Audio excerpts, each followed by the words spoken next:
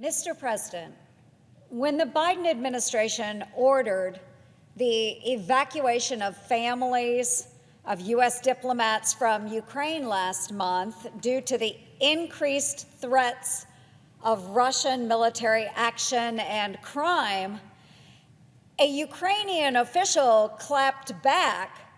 Quite frankly, these Americans are safer in Kyiv than they are in Los Angeles or any other crime-ridden city in the U.S.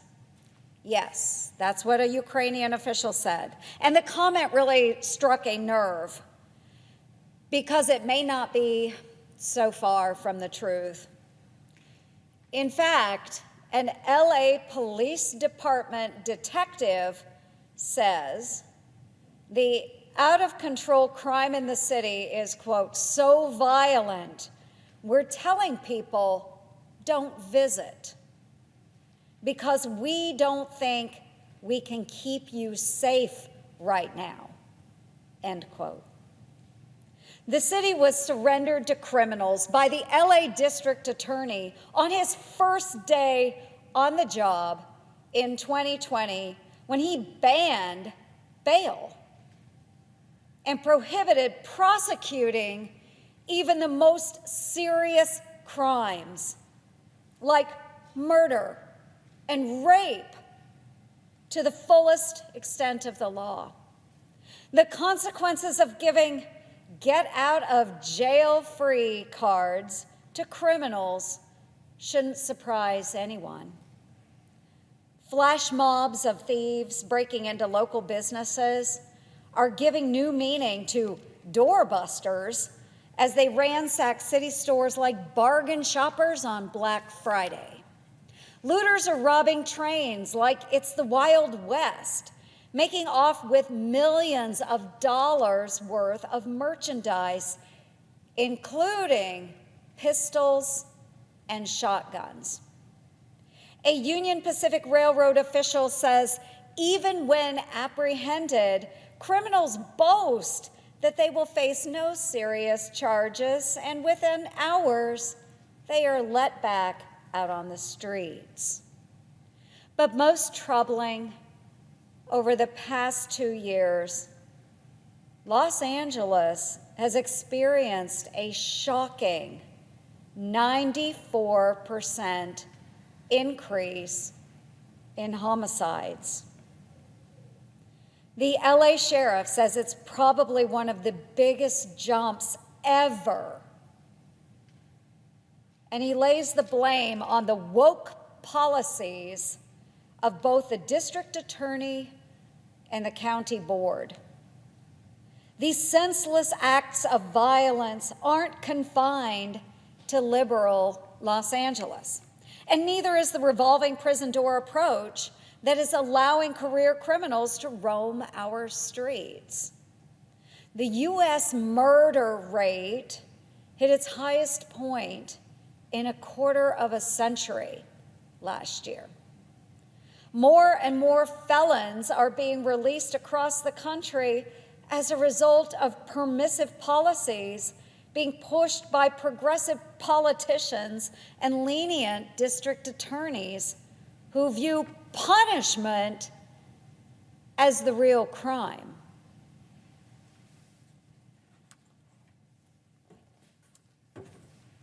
Democrats in New York, for example, recently pushed through a state law requiring the release of suspects arrested for stalking, arson, robbery, and other misdemeanors without bail.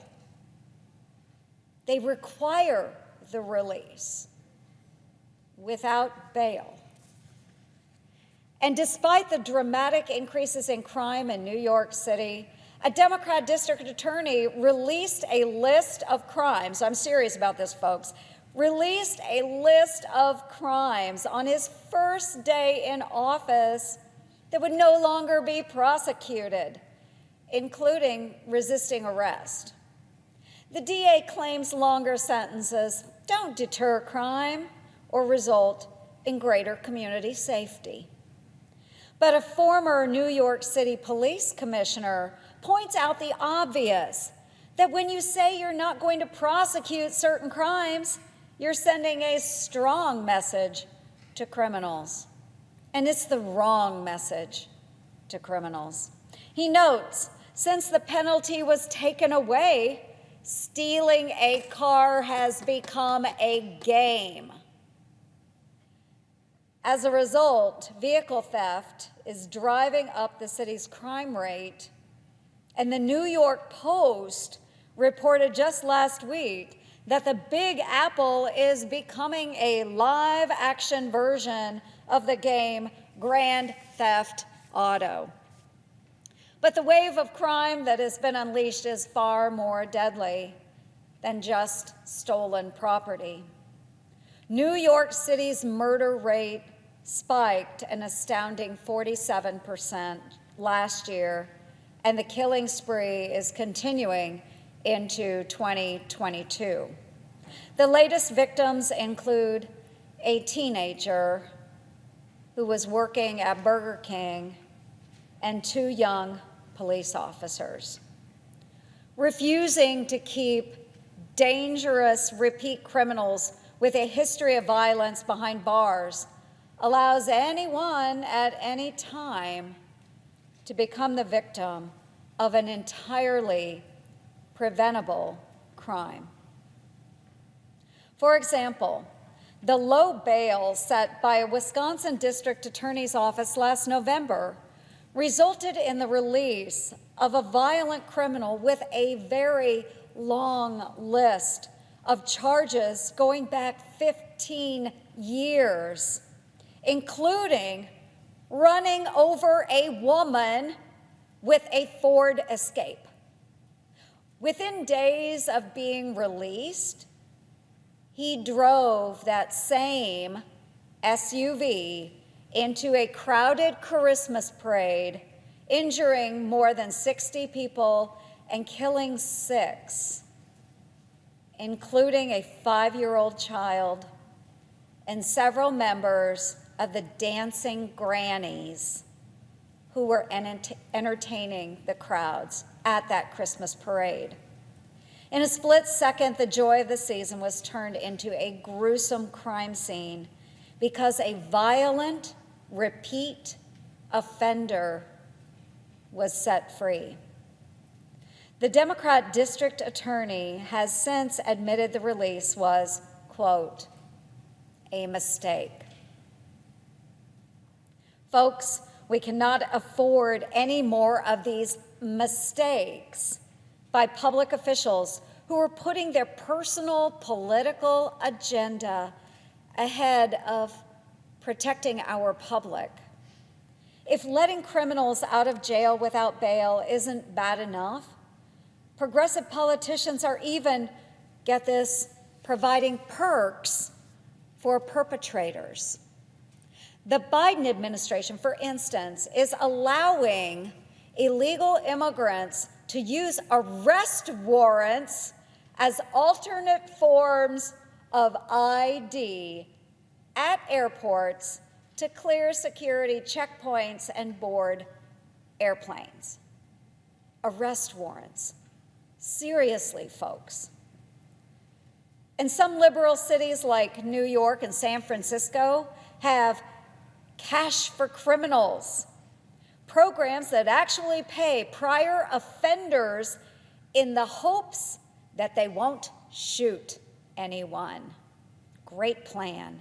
That's right. The same gang calling to defund the police wants to fund felons. A California Cash for Criminals program may have allowed some individuals to get away with murder. As long as the participants pledge to improve, they are still paid. Even when caught with a gun, or worse, suspected of murder, they get paid. Folks, it's one thing to give first-time, nonviolent offenders a second chance, but rewarding career criminals by letting them loose and paying them an allowance is itself criminal. Democrats' approach to criminal justice can be summed up as take no prisoners, literally.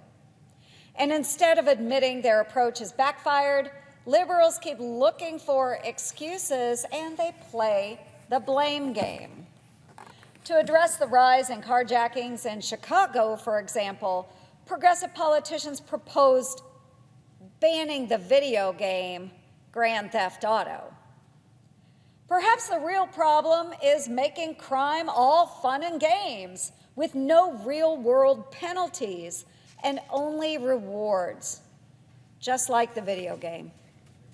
A retired police officer who was carjacked in his own driveway south of the city says the carjackers know that even if they are caught, they are going to get right back out. That's because the area's state's attorney promised to reduce the prison population, and by golly, she is keeping that promise by dismissing tens of thousands of criminal cases. As a result, about 100 people charged with murder in Cook County have been let out on the city's streets. The Chicago police superintendent is even warning that the Cook County court is making us all less safe by releasing violent offenders. And the horrifying numbers speak for themselves. Chicago had more murders last year than any other city in the United States, with nearly 800 homicides. That is more people than the small community I grew up near. 800 homicides. And shootings in the city are up a shocking 63% since 2019.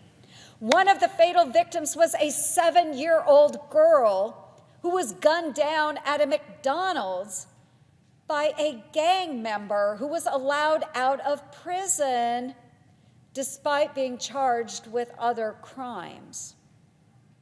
The suspects in another recent shootout, which left one dead and 2 others wounded, were released without charges. Public officials charged with enforcing the law who signal that it's okay to commit crime by reducing or eliminating penalties are engaging in criminal negligence. It's time to put an end to prosecutors being partners in crime. I took the first step towards making our streets safer by introducing legislation to increase the penalties for some violent offenders and child predators, including life imprisonment for repeat offenders. Folks, progressive prosecutors need to stop playing politics and start doing their job, which is enforcing the law. Criminal penalties are not just suggestions. They are put in place to protect the public. Parents shouldn't have to worry about the safety of their children, and no one should feel unsafe, especially in their own neighborhood. Let's get serious about crime so that the only people in America who are afraid to walk the streets are the criminals.